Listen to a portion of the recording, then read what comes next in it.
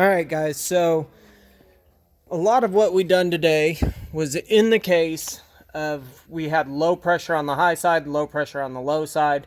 Ended up just not having any Freon in it. Most likely it was pulled out at some point in time before we got the truck. Didn't end up finding any leaks, anything like that.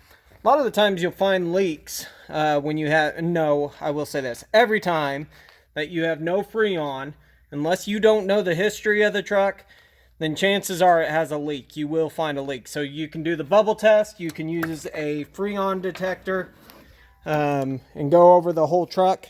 If you're going to use the Freon detector, you're going to use the exact same, or you're going to look in the exact same places that we looked with the bubbles. All the fittings, all the lines where they may rub, all of these areas right here, inside the Schrader valves, things like that. None of that changes. It's the same process every time.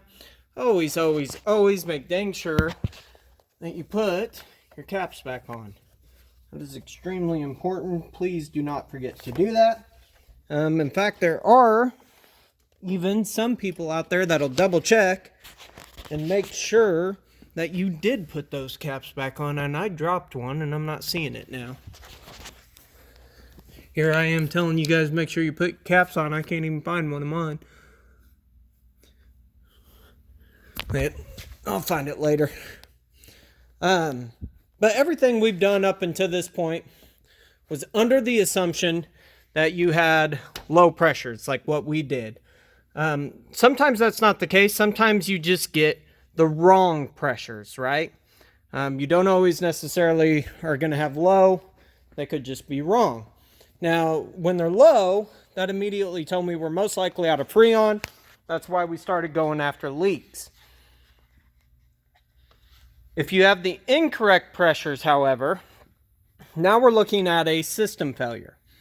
Now, system failures inside of an AC machine that are not, or AC system that are not leaks, are pretty much typically going to be all down to whether or not the compressor is working, the expansion valve is working, or the you got a plug in your system somewhere. Another very common one is going to be plugs external versus plugs internal. So plugs internal, these rubber lines can deteriorate right inside of here. They can plug up your expansion valve, something like that. External would be if, for example, your condenser fins were plugged up with dirt. If your intake cab air filter up there in the cow was plugged up with dirt. Both of those would cause a low cab air conditioning temperature. Whereas a plug in the AC system would cause the AC not to work as well. However, this is where we come into using our hands. So the high side pressure coming out of the compressor is going to be hot, right?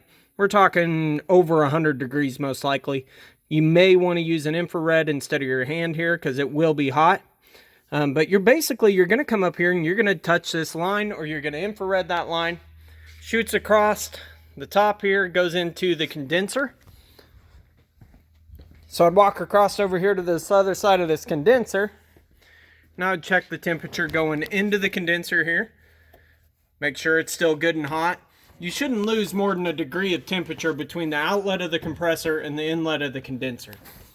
Once you get down into the condenser, you're going to check the inlet, and then you're going to come down here, and you're going to check the outlet. You're going to feel, or be able to see with an infrared, probably a 20 to 50 degree drop. If you're only getting a 20 degree drop, clean out this condenser. It's a very good possibility that thing's just plugged up. But you should feel a 20 to 50 degree drop because that's its entire job, is to give the Freon a place to dissipate heat. After that, comes out of the condenser here, through this line, comes across, comes up in here, into this bad boy right here, our receiver dryer. Receiver dryer, these things can freeze over. Their entire job is to collect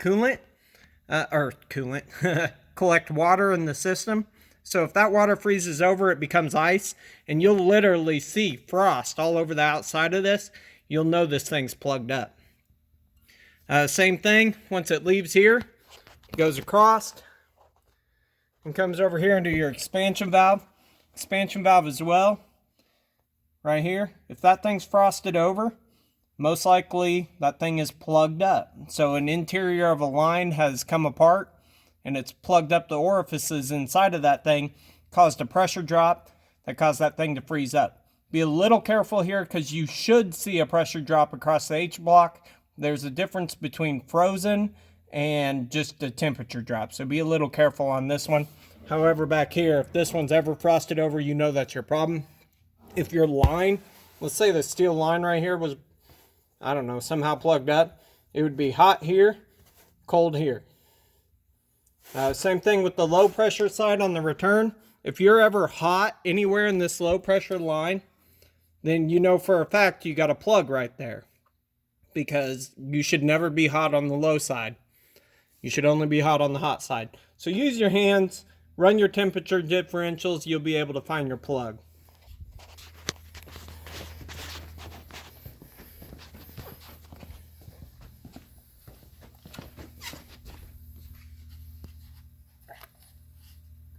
Back to the compressor being messed up. So the clutch is, a lot of the time, can get locked up, seized up, either off or on. If it's on all the time, then obviously your hyper side is going to be extremely high. If it's off all the time, well, then you're never going to build up pressure. Now, to verify this, you always want to check your electrical. So right here, I got a weather pack connector that I disconnect. I'd make sure I have voltage here. Now, what controls the voltage to this clutch? Well, there's a few different things. There's pressure switches that could be either binary or trinary switches, which we'll talk about in the lecture. If it's a binary switch, you can usually take just like a little paper clip and jump across them if you're not getting voltage here. Just to check the switch real quick, make sure that the clutch works. If you shove that paper clip in there and all of a sudden everything fires up, starts working, well, that switch is probably bad. There's trinary switches, which you can't really do that to because they are also a lot of the time a pressure sensor, or they could just be used to control radiator fins, something like that. They have another control to them. And then finally, the inside of the compressor itself could be messed up. Now, there's a few different ways this could happen. Either the whole thing's locked up, which is usually pretty obvious when that happens. A lot of the time you'll get this system, you'll see that it's locked up, you'll take the system apart, and you'll find metal shredded everywhere. Another possibility is the reed valves inside this compressor could be broken off. Now, when this happens, a lot of the time your AC works perfectly fine at highway speed. So as you're driving down the road, the AC works great, but when you're idling, it doesn't work. A lot of that is simply because depending on how many reeds are in the system, there could be 8, there could be 6, there could be 2. If one of those reeds is bad, it's not able to perform to its max.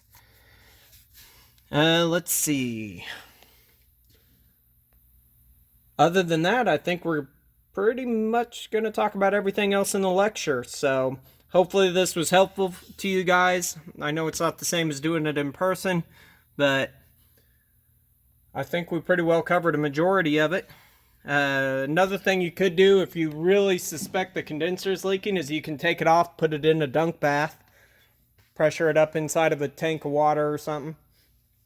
Other than that, I think we did pretty well. We covered electrical, we covered switches. We'll go into more detail on switches in the lecture. Talked about pressuring, charging, vacuuming, pretty much everything you can do. Make sure you use those hands, though, if you think that system's plugged up. And that's by far the best thing you can do. Use your pressures. We're going to talk more about how to read pressures in the lecture as well. However, for now, I think we covered up a majority of what we need to know. All right, good luck, guys.